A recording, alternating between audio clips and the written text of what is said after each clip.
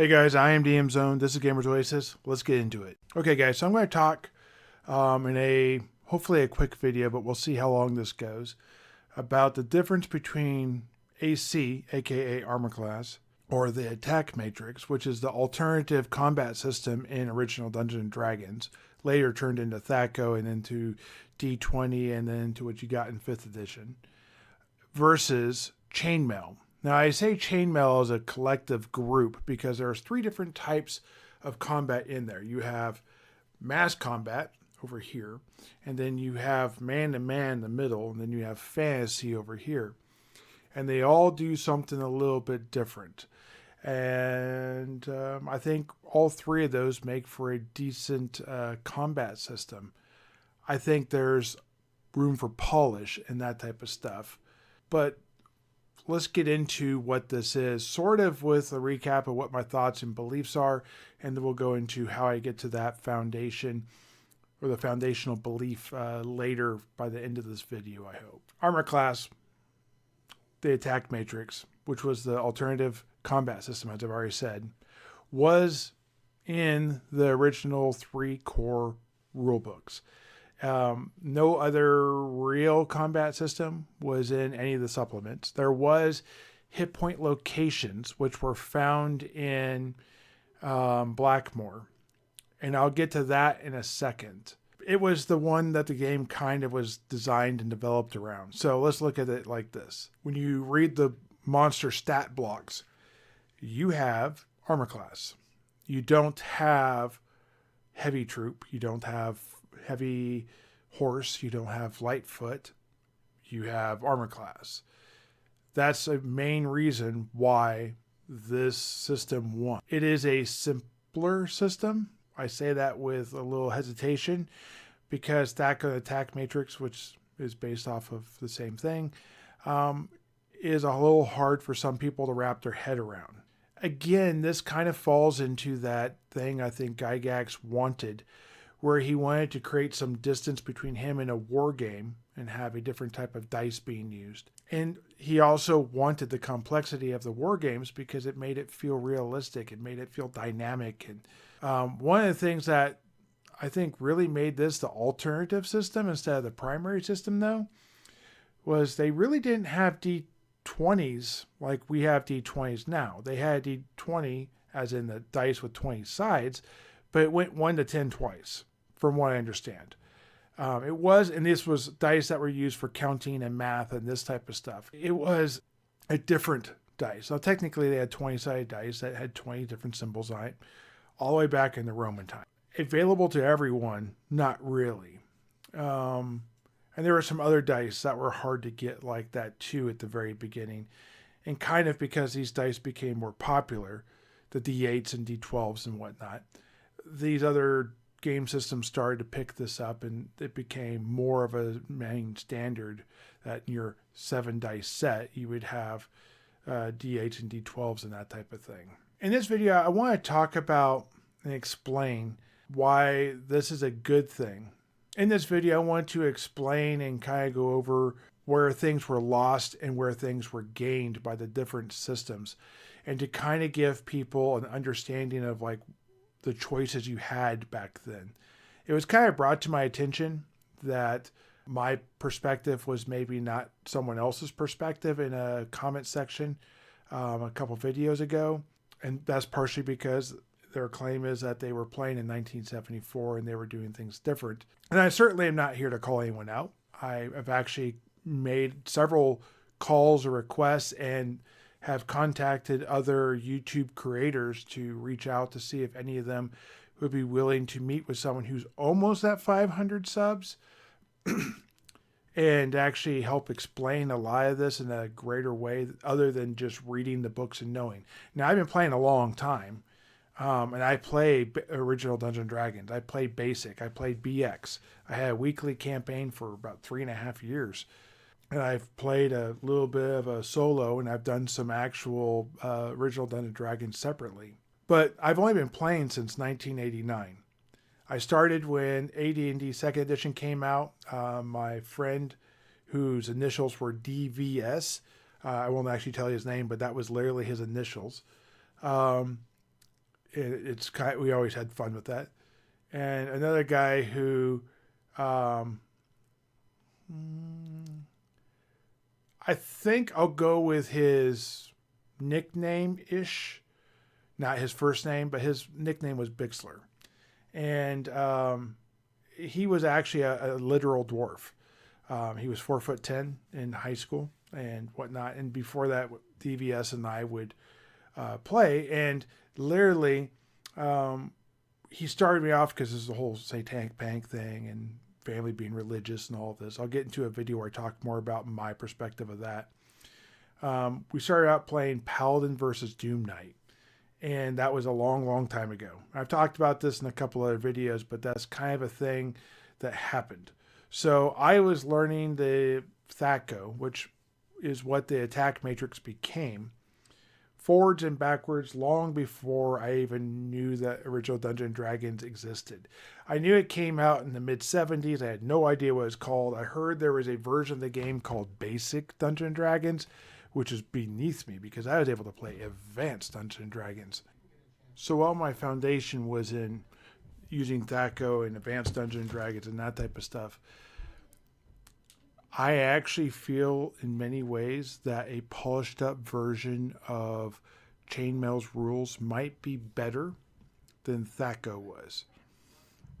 And that makes me wonder where that could have gone with a more dynamic combat and what would have happened if this would have continued.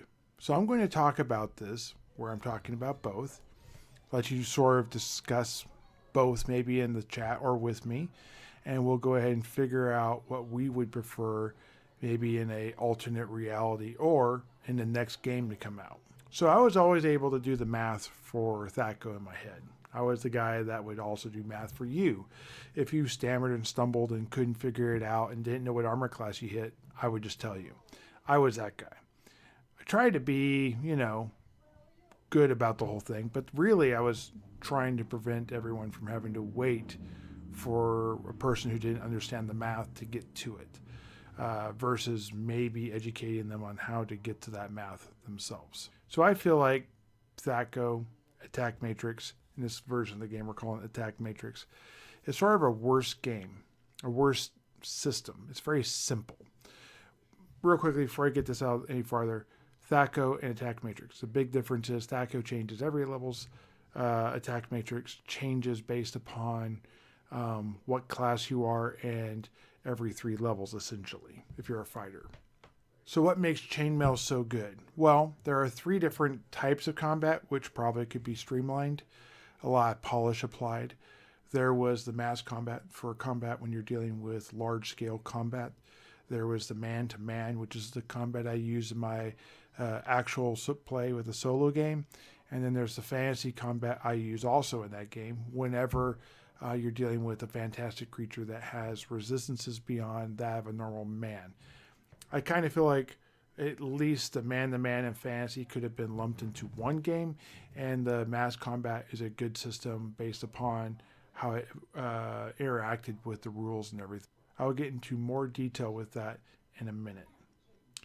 The first thing we need to understand about original Dungeons & Dragons is that 0 is death. When you get to 0 hit points, you die. So how do you get to hit points? How do you get damage? Well, every time you're hit in original Dungeons & Dragons, you take, at start, it was a d6. Everything was a d6. Two-handed sword, d6. Dagger, d6. Magic missile, d6. Later, that got changed. Two-handed sword was 2d6. Against large, it was 3d6. In some versions of the game, that was kind of a main staple for a long time. Daggers went to a d4. Magic missiles went to a d4 plus 1, for example. So how do you get hit points? Hit points are based upon your class. Starting out, all classes were a d6 hit points. They got some bonuses. They got more hit dice faster, depending on what type of class they were. It then started with clerics getting a d6, magic users got a d4, and fighter types got a d8. They didn't really get into multi-class. You kind of had to figure it out. I divided the dice of what they rolled by how many classes they had. If they had 2 classes, then it would be divided in half. If it was a 3 class, like sometimes you could reach with a elf, then I would divide that 3 ways. If it was just a solo class, like a human cleric, for example, it'd be just a straight D6. But they don't really cover that in the rules. That's sort of my adaptation. Next, they need to establish whether or not they want to play a more simplified, fast-paced game that doesn't require a bunch of charts and dynamics and things to take into consideration. Does the drama, the dramatic, the dynamics fall on you as a player to discuss and say these things? Or does it fall more into the mechanics of the game that you put out there in the world because the system shows or tells you how to do it? I kind of fall in the second half of that because I feel like if you have the first, you can also do that in the second as well, and it makes just for a much better game. This is expressed in Chainmail with the 3 systems, like I've already said. Dave Arneson and Gygax really sort of showed they loved the Chainmail system. They both used it in their home games for many years. It wasn't until much later that Gygax admit that, yeah, THACO had become a better version, sort of, than the original rules they had wrote. So the main thing to look at when you're looking at Attack Matrix is the earliest version. Eventually it would become adopted by OD&D, and it would be called THACO. It went on through basic. Both of these editions went on for a long time. AD&D second edition went to the year 2000, where it became the D20 system, and it went from descending armor classes to ascending armor classes. You could just do that right now. Turn a person wearing plate mail and a shield from AC 2 into AC 18, and it would be exactly the same. And it would prevent a lot of the drama with THACO, and it'd be fine. A lot of people, when they're playing original Dungeons & Dragons, this is a thing they do, because it just simplifies the game more and allows you to do more with it. THACO, Attack Matrix, all these things are kind of from the perspective of the fighter.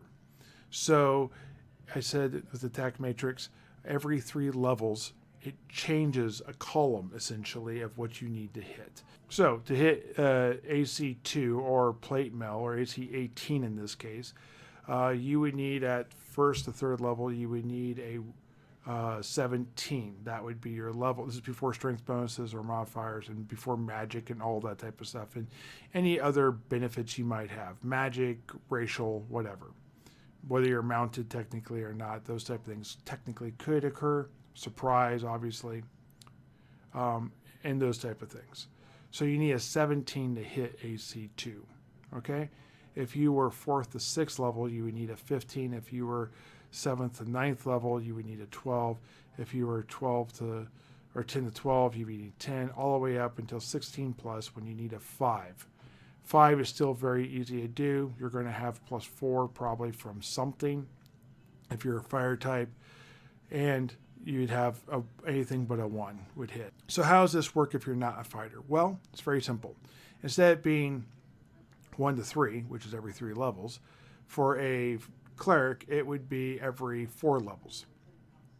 So you would have your bonuses at 1 through 4, 5 through 8, and so on until you got way out there, and you would have to need a 5 to hit AC 2. If you were a magic user, it'd be every 5 levels. So 1 through 5, 6 through 10, etc., until all the way out there you need a 5 to hit AC 2. So even though a magic user was not as skilled of a fighter as a fighter, eventually they could get caught up. And there was sort of a hard cap on how well a fighter did, and they'd reach it really far into the game, but early compared to everyone else. I mean, essentially, I think a cleric is like level 22, and a magic user is like level 28. No one's getting to level 16 these days, most likely, but let alone they're not getting to 28. So that's kind of how you would get to those armor classes to be able to do that. Now, I like to sort of take that ratio we talked about there and use that in Chainmail as sort of an adaptation. I think you'll like that too. So remember how that kind of works. I'll refer to them as columns, shifting of columns later, and I'll talk more about that then. The crazy thing is that even though Attack Matrix was considered to be the alternate combat system, as I've stated, and as I will state here again, monsters AC and the stat blocks were all printed with AC. You're not going to see heavy horse, you're not going to see light foot, you're not going to see those type of things. The only time you'll see that is when it's talking about killing a troll or something of that nature. It talks about that you need 6 hits to be able to kill a troll, or an elf needs 3 hits to be able to kill a troll. That's where that falls. Again, this is sort of the mixing of different systems that are kind of there. This book had some issues with editing and trying to pick a direction. There was a lot of things they were trying to do, and there are much better revisions of this book that have come out since then.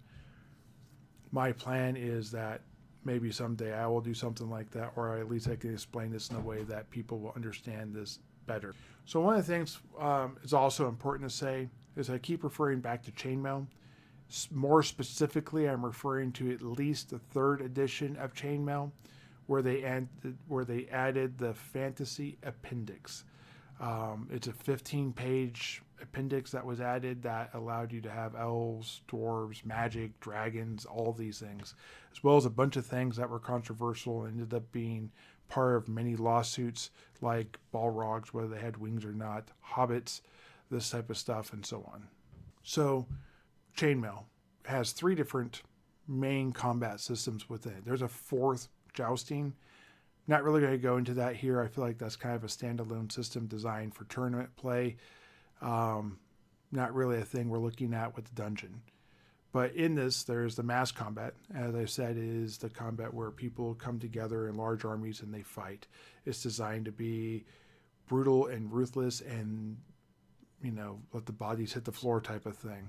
A hit equals death. It's binary. Same thing with characters to a degree. Characters have to be selected last in this version, and they get a heap attacks, and they're kind of an overbearing and powerful thing in that, where if you have a hero in the unit and is facing a non-hero unit, that unit probably will suffer great casualties. A hero and superhero are essentially the level types. They didn't really have character progression like levels. That was something that came with original Dungeons and Dragons. They had a hero, which was 4 times a man, and they had a superhero, which was 8 times a man. They also had a wizard, which was essentially a superhero that was for the magic side of things that came out in that. So yeah, they had those type of things.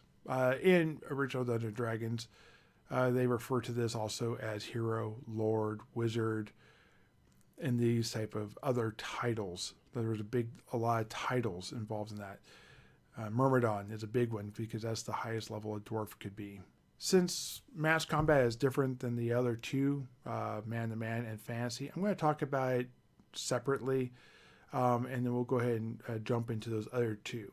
So when you're rolling with mass combat, you roll a d6 per hit dice that is attacking. So if you have 5 dudes in the front and they're all 1st level, that unit gets 5d6 attacks or chances to wound. Every hit is considered a death. There is no armor saves. There is no hit points. There's no nothing. You just pull those 5 miniatures off or whatever you hit, and then that is considered dead. Now they are considered to be light foot, heavy foot, and this type of stuff, which will give them bonuses to hit, requirements to actually be able to hit, and how many dice they get to roll. For example, a heavy horse, which is the heaviest thing, going up against a light foot. The light foot gets 1 attack for every 4 dudes. So if you have 5, you get 1 attack. That means you could kill a heavy horse with 5 dudes. Unlikely, but you could. You would need a 6.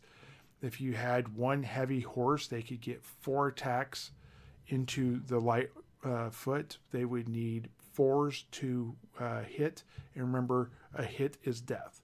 So is it likely that 4 dudes are going to kill a heavy horse? I would say over 50% of the time that could happen, but for sure the amount of devastation that could be rained down on that is in the favor of a heavy horse. You start to throw in there things like heroes, which are 4 hit dice or 4th level. Now they get 4 attacks, and if they're considered to be a armored foot troop, which is pretty decent, they would need like 4 5s and 6s. They probably get 2 attacks against a light foot, I think, each, or 1 attack each, but they get 4 5 or 6s to be able to hit it. They would also get 1 attack against a heavy horse, but they probably need 6s to wound. So you have a lot more going into that. So 1 hero going into a heavy horse would be 4 attacks. Because they're an armored with a heavy horse going back into it, they would only get 1 attack. You'd really need like 4 heavy horse to be able to do that. You get the general idea how this can quickly scale. Because if you had a mounted, which makes him a mounted hero in a barded horse with plate mail and shield, that would make it, or plate mail and a 2-handed sword, that would make it a heavy horse on attack and defense. And that would be 4 heavy horse attacking light foot, which would be 16 attacks.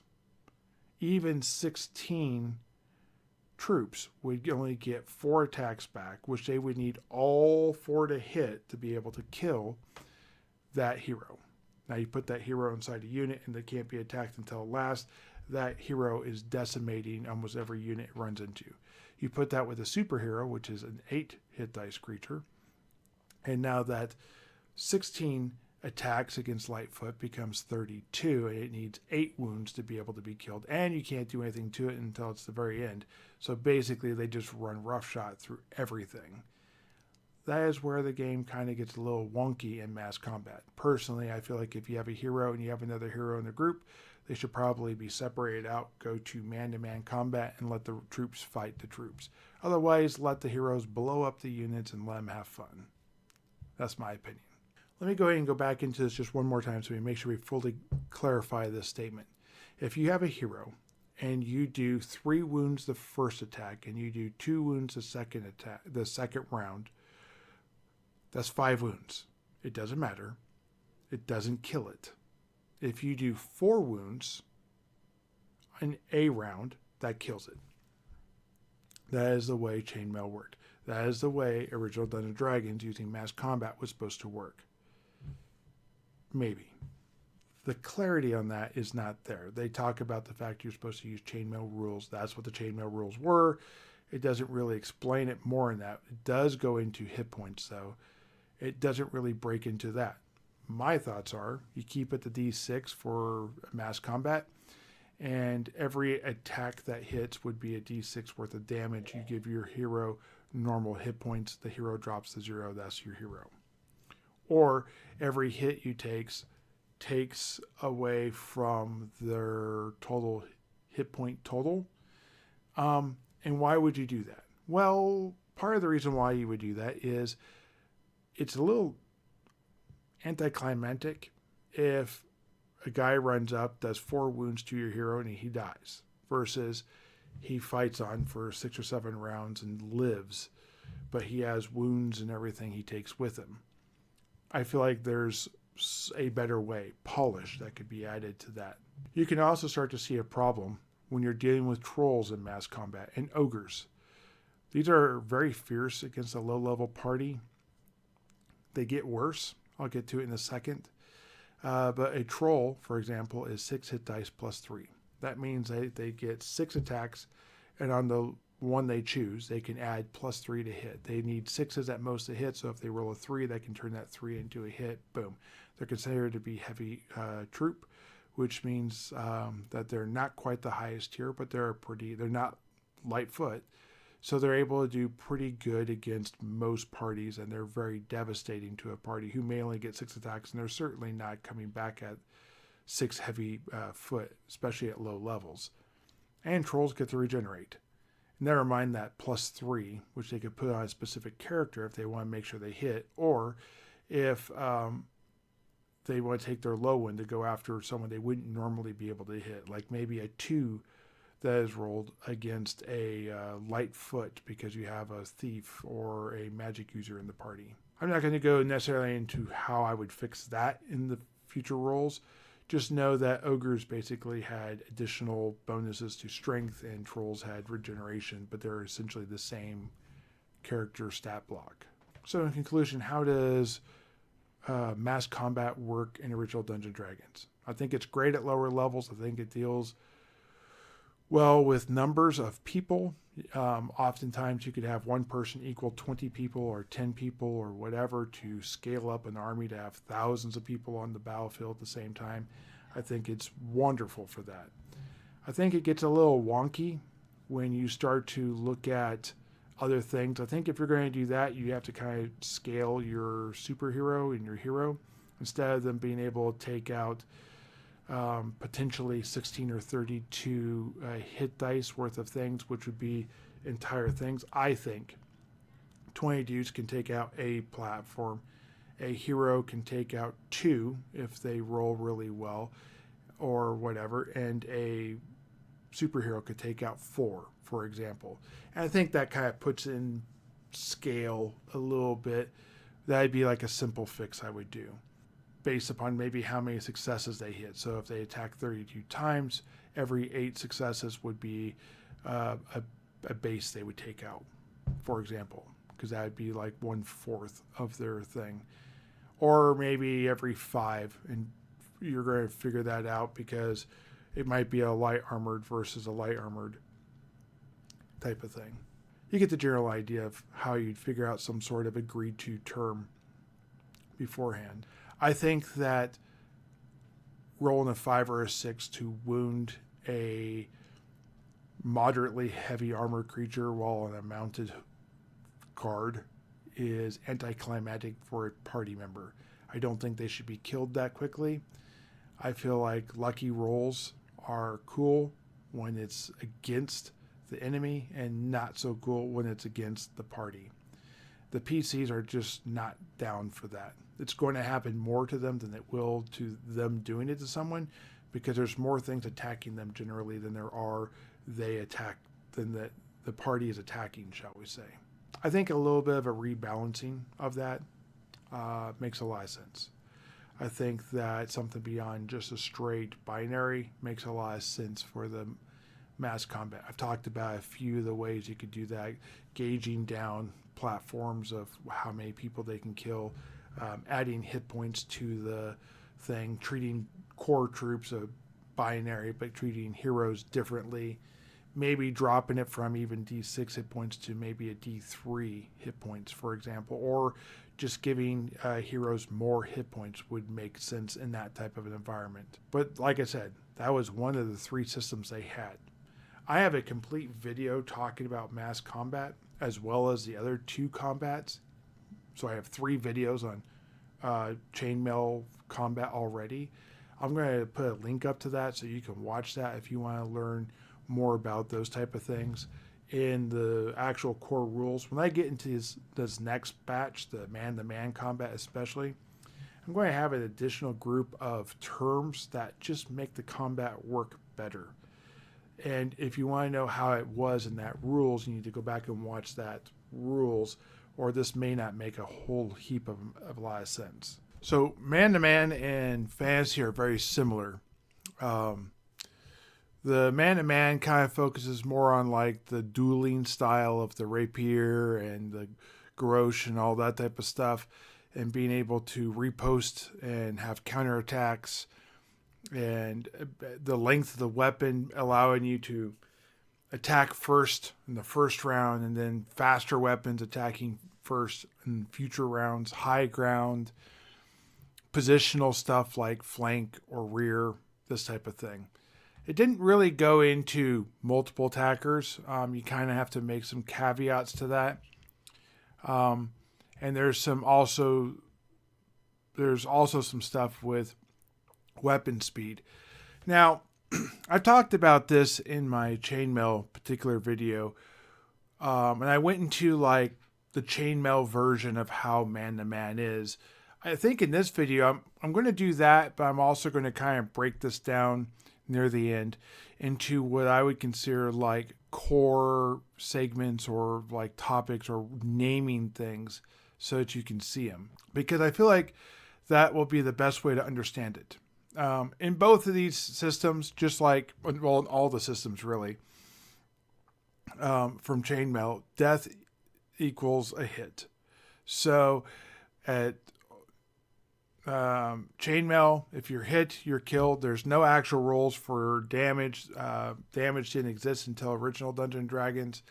Death in original Dungeons & Dragons is at 0. So when it says that there's a hit, what that means is you're doing damage with your dice to be able to kill it, not actually kill it in a single hit.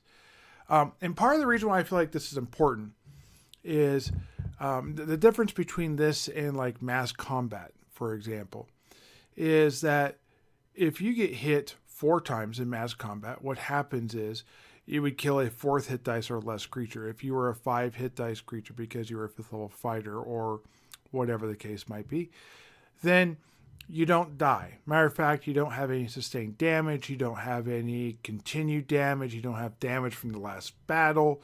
But as soon as you get hit for 5, boom, you're dead. And I think some of the dynamicness of having damage being done to you, being at half hit points, deciding whether you want to engage this fight, because it's not that you couldn't take it. If you're full hit points, you're at half and you have no healing. I think all that is a big drama. Now, also speaking about that in the big drama, healing in original Dungeons & Dragons, unlike other versions of the game, takes 10 minutes to cast. So it's more of a ritual that can be done a limited number of times. That means it's not to be done in combat. So you don't have combat healing as much as you have after combat healing. And I think that's pretty important to talk about too when you're looking at damage and how fragile these characters pretty much are. Also, you don't know. You don't know if it's a 4th level fighter or an 8th level fighter until you're really in there. So we're going to have to step away from the binary nature of Chainmail, move into hit points, and we'll have to figure out how this works moving forward. So in this, it says that a player will have an attack every round. If you have a faster weapon, as in a dagger, a sword, a mace, those type of things, and your opponent has a slower weapon per se, I'm going to use that to try and bring this into picture, shall we say. Then you can get more attacks in with that. The reality is this isn't weapon speed.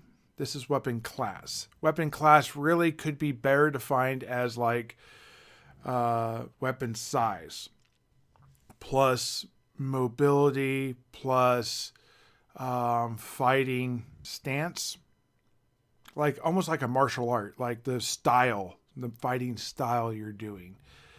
So a 2-handed sword is a weapon class 10, a spear is an 8, a sword is not necessarily longer than a spear, but because of the nature and the movement you have with a great sword, a 2-handed sword, what that means is you're going to go before a spear because you have a higher weapon skill on the first turn. However, the spear will go before you because it's an 8 and you're a 10 on all future turns. And that's kind of how that works. Now, if you have a guy with a great sword and you have someone with a mace, yes, the great sword will get to go first, but the mace will not only get to go once, but he'll go again because 3 plus 4 is 7, which is below 10, which means that his weapon class is 4 below or more of the sword. So the mace gets 2 attacks to the sword's 1 attack, the great sword. Now, it doesn't get 3 attacks because add additional plus 4, and now you're at an 11, and that's not faster than a 2-handed sword. So therefore, you wouldn't get 3 attacks. However, if you're fighting something like a pike, which is a weapon class of 12, which would go before a sword, a great two-handed sword, you would actually get 3 attacks with your mace, according to this. Now, that seems a little like trying to bring that balance of dice back into it, like trying to make it maybe a little even. I'm not really a huge fan of that. I think having who goes first initially, the fact it's more damage, is enough. I feel like back before you started adding various damage amounts, that was probably a fair thing. I kind of like a different manner of getting more attacks, because this favors not the weapon used like a Guild Wars, the video game, but it favors who's swinging it. So if you were to take the alternate combat progression of THACO, or the Attack Matrix, every 3 levels it goes down. I think every 3 levels the fighter might be able to get an additional attack. I think also every 4 levels a cleric, and every 5 levels a mage. So you could have a magic user of 6th level actually get 2 attacks. Their THACO is still going to be pretty, or their attack matrix is still going to be pretty terrible because they're a mage, but it will not be anywhere as bad as, one that is higher or lower level. Level 2 mage, for example, has a terrible attack matrix, but you get the general idea. So let's get into this more. In man-to-man, you have heroes, you have lords, and you have wizards. You have superheroes, which are chainmail lords. So you'll see that sort of cross-reference. Lords and superheroes are 8th level. Wizards are also 8th level, but those tend to be for more of the magic user side versus the other. Clerics have their own little thing. You get the general idea. Where this is important is on the fantasy side of things. When you're dealing with being able to attack things on the fantasy side of things. However, in a perfect world, I think you'd merge the fantasy combat system and the man-to-man combat system, making it a single system, but you'd almost have to rework everything if you did that. But I think that would be the better way to go. You'd have your fantasy combat, and then your fantasy man-to-man combat, and you'd have your mass combat, which probably could still have a fantasy element thrown into it, relatively easy. And then you only have 2 combats versus 3 combats plus jousting, and you don't really have a fantasy mass combat. I think it would work better. But that's a different video for a different game, and no one's adding that to a 25-year-old game unless they do it for their own campaign, because we don't have the ability to sell that. So no one's doing that. Let me get into a few things. I'll define them a little bit better. So you have attackers and you have defenders. This is a first round thing. This isn't a thing that continues on. After that, they become opponents. So attacker, defender becomes opponent A, opponent B. Doesn't really matter which one's which. They just need to kind of say the same all the way through. The reason why you have attackers and defenders is for the first round of combat, it matters who's attacking, who's doing the aggression first. If they're both aggressive, who is actually going first, sidewise, I guess, or if they're both coming into each other, then you have to kind of figure it out otherwise. They don't really have a great way for that, because in chainmail, it's your side goes, then their side goes. So if you move forward to attack, but don't reach melee, and then they move forward and they reach melee, that's how you get that. In my opinion, if both the aggressors are moving towards each other and both of them are engaging in combat with each other, and all the other things tie, but neither one has high ground, they both have the same weapon speed, they're both attacking this turn, and yada, yada, yada, they go Simo. And I think that is a thing that for sure should happen. That's my own personal thoughts on that. So the first round matters, and then we have following rounds. When you get into following rounds, the attacker and defender becomes, as I said earlier, opponents. Opponents then are whichever side you're on, opponent A, opponent B. As long as you keep those separate and you know which one they are, that's all it really matters. You can name them, orc, human, it doesn't matter. You just have to realize after that the attacker and defender part isn't a thing. Whoever goes second is the defender, and whoever goes first is the attacker, for intents of purposes. But that's going to shift a lot. So just remember them as orc, human, or opponent A, opponent B. However you want to do that. It's actually way simpler than it sounds, depending on how you are understanding what I'm trying to say. So now we have a higher weapon class. This might be considered a higher weapon size. It's not speed, though it does incorporate a lot of speed into it. You also have riposte, you have parry, you have counterattack. So, counterattack is what the defender does. Counterattack is what an opponent does after, if he is second or she is second. They counterattack. The attacker, the first opponent to go, is attacking. The second opponent is counterattacking. You can have additional attacks, as we've said earlier, based upon weapon class. And if you're using that, then you will have additional counter attacks, which will come near the end. And you might call those follow-up attacks, because you have a faster weapon than your opponent. Now, parry and riposte work together. If you parry and you have a counterattack, you can then riposte. If you go to parry, but the target hits you, then you don't get your riposte, your hit. What does parry do for you? Parry lowers their ability to hit you by 2. Now, this isn't a D20 system. This is a 2D6 system. So if you're wearing plate mail and they have 2 points of strength, but their weapon needs a 10 to hit you, normally that means they need an 8. Now they need a 10. Good chance that's going to miss you. If they miss you, you then parry. At certain points in times, weapon breaks can occur. That depends on what weapon you have versus what weapon they have, and there's a possibility for weapon breaks. In Chainmail, which is a mass combat focused war game, it's 100%. They don't have magic items in this way. I feel like with magic items and in this person-to-person combat, some differences should be had, and thresholds should have to be met, and this type of stuff. Melee range.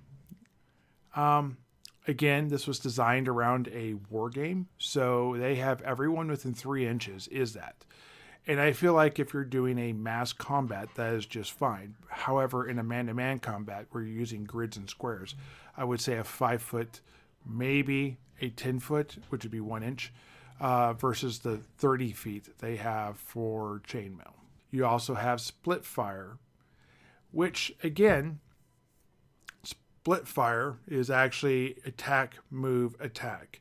So that is, you attack, you move, and you kill the goblin. You've killed the goblin. You can now move out of the place so you're not shot or whatever, or you're not necessarily going to be charged by the next group. You move back. It's basically a drive-by attack. This is a highly mobile thing. Very few actually can do that. There's no class that gets this specifically, though I feel like this could be a thing that so many times, or if a certain thing threshold is met, they would be allowed to do this. Right now, it's elves. Elves get this. There are a few NPC classes, creature types that get split fire move type stuff, but really they're elven, so it's really elf stuff. One other thing, flanking. So if you are the one flanking, you automatically are the first attacker. If they are on high ground, or if they have a higher weapon speed, then you don't go first, you go Simo. The worst you do is go Simo. Okay? And that's kind of a me thing. In the rules, it just says they go second. You go first and they go second. If you are attacking the rear, the first round of combat, they do not get to attack. The second round of combat, you go first. They always go second. And I would say, again, if they have high ground or faster weapon speed, they go CHAINMAIL. Outside of that, they don't really get it. Now, I've made some nifty charts, graphics. I'm going to put this up here so you can see that to help kind of explain this. So let me go into what fantasy is just a little bit more and talk about the difference between that and mass combat. And then I'll go ahead and give you my conclusion for man-to-man and fantasy. In fantasy, you have elf benefits, I guess you could say. Benefits with elves. I don't know how you want to word that. But you have to be a hero. You have to be a lord. You have to be a superhero, technically, or whatever. Or you have to be a wizard to be able to be on there as a mortal person. If you are something like a chimera or a giant, you're going to be on this thing. You're going to be on this fantasy table. Now, what does the fantasy table mean? If you're on the fantasy table, you have to die through normal means of mass combat. So to kill a chimera and you don't have a hero means you have to do 4 wounds or 4 hits to be able to kill that chimera. And you have to do it in one swipe. Bam. That's mass combat. If you were to do this on the fantasy, your 4 guys couldn't attack, but your hero could. And if your hero got a hit, which would be a wound, it would kill the chimera because the hero did it. If you were an elf, the elf could do it too. And if they have magic weapons, they're able to do that easier. There are also certain other things, like with mass combat, where it takes 6 hits to kill a troll or 3 hits if they're done by elves. This is kind of where I feel like this fits into that mass combat really well. You could just say that for hated enemies and this type of stuff. So maybe dwarves get this benefit against goblins and orcs and this type of stuff, maybe, or giants. And giants maybe get that against dwarves, or maybe because they're so unable to kill them, they don't get that benefit. Maybe instead of getting half, maybe if it's a race of people that are just dominated by a certain group, maybe it's harder to kill them. Maybe you need to do their hit dice +1 to be able to do it, like they have a resistance to it. So if you were to have a flock or a herd or a gaggle, whatever you call 3 chimeras, hit a troop of 12 equally equipped to the chimeras, essentially they'd hit on 4s. They would have to get 4 hits, 4, 5, or 6s, depending on whatever it was. They would require 4 hits to be able to kill it, while they would need the same target number to be able to kill the troops, and they would only need 1 hit to be able to kill a 1 hit dice thing. Eventually, the chimeras would win, but they would probably lose 1, maybe 2 chimeras in the process, even though they're the same hit dice, because 4 hits is a lot harder to do as the numbers start to go down. If you got super lucky, maybe it'd be over really quick and the chimeras would lose, but not likely. The fantasy combat system takes other things into consideration, like the influence of fairy folks, and I said magic in the world. Some of the interesting things you had in original Dungeons & Dragons is you could make weapons magical, making normal troops or the captain of the guard being able to do things that they wouldn't normally be able to do. And it would be kind of consistent with the way old D&D kind of worked, where you have fighters better at martial things and magic users being less good at magic things. I'll get more into like the other subclasses that came out later. Probably in a later video, I'll go back over this again, being more encompassing with the other classes and all the other adaptations that they have. But for now, I think I'm going to leave it at that. So in general, my conclusion of man-to-man and fantasy is that it's a great system. It fits the flavor of Dungeons and Dragons, using 2d6 to roll to reach a threshold. It didn't win in the Attack Matrix AC versus Chainmail, shall we say. But there are a lot of ways it's probably better. The rules in the core books were not designed for it, so to get monster stat blocks to fit this is extremely difficult. The list of things that you can get from Chainmail is very small, and they're not designed for levels, so it's not a smooth transition. However, I do believe that it better and more accurately describes how combat goes. Now, literally in the man-to-man video, I go in there and show how if you have a person who charges with a long sword and they're fighting a person with a mace, the person with the long sword gets to go first. And yeah, it goes into all this type of stuff, and that type of thing.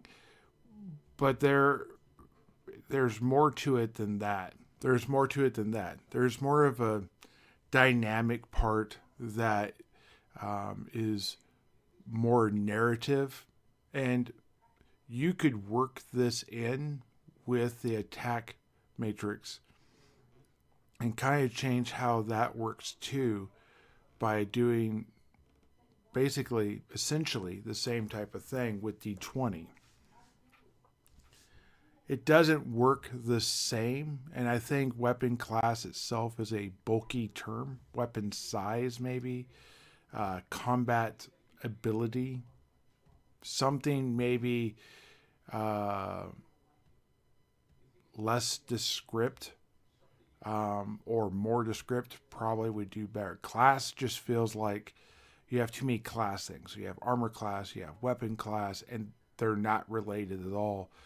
And it's really hard to understand how armor class works, especially since armor class, which is in the Attack Matrix, not in the Chainmail stuff, is descending, but is better. So a lower number is better than a higher number. This has to do probably, as I said in the alternative attack combat system video, it had to do with more of a ship classes, the lower the class being the better and the higher the class being worse. But again, if you're doing it that way, that's kind of like a roundabout way to get there. Let me make sure I go over some of my notes here real quick. In the man-to-man, first round only, the opponent gets to go first unless the opponent has 2 or more higher weapon class. How is that represented by name? I don't know. I think that having individual names for this, buzzwords, would be helpful. They don't necessarily say high ground. They just say is attacking from above. In the reference in Chainmail, they refer to like ramparts, and if you're basically fighting from the top of a ladder, the person on the ladder has a problem and the person off the ladder is good. They don't really, again, use clear English there. I think they try to be maybe fancy with the way they say things. I would further group this and say all following rounds, the opponent who went first last round goes first this round. Unless there's a but. The opponent has a weapon class 2 lower. Then it would shift. So, for example, a person with a spear attacks a person with a sword. Because the spear is higher than the sword, at weapon class 8 versus weapon class 4, the spear goes first. Boom. Okay? The guy with the sword is on high ground. Then the person with high ground goes first. Okay. Reverse that. The guy with the sword attacks a person with a spear. The person attacking with the sword has a weapon class of 4, but the spear has a weapon class of 8. The spear still gets to go first. If the person is attacking first is on high ground, I would say they probably go Simo, because that's 2 gets to go first versus 1. which is has 2 or more armor weapon class than the attacker. Okay, does that make sense? I don't know if that just confused you right there. I hope it didn't. However, on the second round, the guy with the spear who attacks first does not get to go first because, and we'll get to it, he has a weapon that is more than 2 than the other one. So usually it is whoever went first last round gets to go first again. However, if the other person's weapon is smaller, then they get to go first. Boom. If the spear had high ground, I would say they go at CHAINMAIL. 2 for the spear, 1 for the sword. So if they took away the high ground, they get to go first. If they changed their weapons class, they would be able to change who goes first. It would kind of balance things out over time. So attacking to the rear gets you a -1 to hit. However, you don't get to attack the first turn, the first round of combat. In all future rounds, you always go second, basically regardless of any of the other things. And you suffer this -1 to hit. If you are attacking the rear, you get +1 to hit. So not only does the enemy get -1 to hit you, but you get +1 to hit them. Now, how important is that? Well, look at the bell curve if you ever get a chance of 2d6. And if you need a 9 or a 10, there is a huge difference in those percentages. If you have 2 points of strength and you need a 10, now you need an 8. Well, if you have this +1 because you're attacking from the rear, you actually need a 7. The difference between 7 and 8 is huge. And this is a stacking bonus versus you need a 12 because you have a -1. Big difference. Attacking the flank, you always get to go first. And if you are attacking to your flank, you always go second. I would say you probably never go CHAINMAIL with that. I mean, maybe if you're on high ground, maybe if you had high ground and a faster weapon, maybe. I think a lot of this comes down to referee discretion. And I think it flows better if you do that. I'll get into how weapon class becomes a problem, though, in a second. Parry. Parry reduces your attack by 2. We talked about attacking to the rear reduces your attack by 1. If you are the attacker and you parry and they are attacking to the rear, that is actually a total of -3, which is devastating. There are 3 different categories for parry. I kind of came up with my own buzzwords. I have reckless parry. Reckless parry is when your weapon class is +1 to -3 of the person who's going first, or whoever your opponent is. It doesn't have to go first, actually. It could be whoever your opponent is. That person can still parry, give the opponent a -2. However, if they parry, they have a chance to break the weapon. I would say the weapon to break comparison would probably be a D6. If you have a large weapon, as in a 2-handed sword against a hafted weapon, such as a spear, or a small weapon like a dagger, I would say that it's probably a 50% chance. So a 4+. Maybe drop that to a 3+.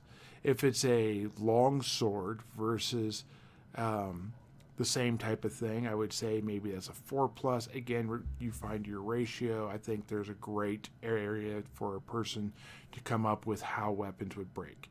I think things like hammers and maces probably break weapons more. If you're parrying with a shield, I think that axes tend to break shields better than maces do. It's kind of what they were designed to do. If you look at Viking duels, part of their thing was how many shields would you break? And I think that works out to be very well. Then you have tactical parry. Tactical parry is when you are 4 to 7 weapon classes smaller. When you do this, you can parry, and they have no chance of breaking your weapon. However, you have to be able to parry to get a riposte. A riposte is where you get to do a counterattack. Because you are, and this is the same thing for reckless parry too. However, because you are 4 or less than them, you will always get an attack and always get a counterattack. You will always get to go at the end, the last attacks. But to be able to get your riposte, your counterattack for that, you have to parry successful. Again, if you're doing AC, this is less of a thing than it is if you're doing the top armor class is 12 and you're rolling 2d6. Masterfully different in how that works. Speaking of master, we have masterful parry. This is where you have 8 or more weapon class difference, and you're 8 less. In this one here, you get your parry, and then you get 2 additional attacks at the end. So if you parry, then that gives you your riposte, and then you have your 2 follow-up attacks. And that's kind of how that goes. Whether you call the follow-up attacks counterattacks or end-of-round attacks or whatever, I think there's room for some clarification on that at your table. I think this works very well. I would say weapon class is sort of the combination of weapon size, how fast it can attack, and the combat maneuverability would be a great way of wording that. Anyways, guys, I'm going to have some links in my video to other videos I've done. Like I said, I've done a fairly long video in each one of these combat styles already. I'm doing this video coming up for a future video where I talk about original Dungeons and Dragons, so that I can kind of just say combat, go into it briefly before you do back to videos. And this is what that is. Anyways, guys, if you want to see more videos like this, let me know in the comments down below. If there's anything I missed or got wrong, please let me know in the comments, and we can go ahead and discuss it there, and maybe I can make a correction in future videos. Hope you guys like it. Enjoy this video, and I'll see you guys in the next one. Keep rolling those dice. Bye.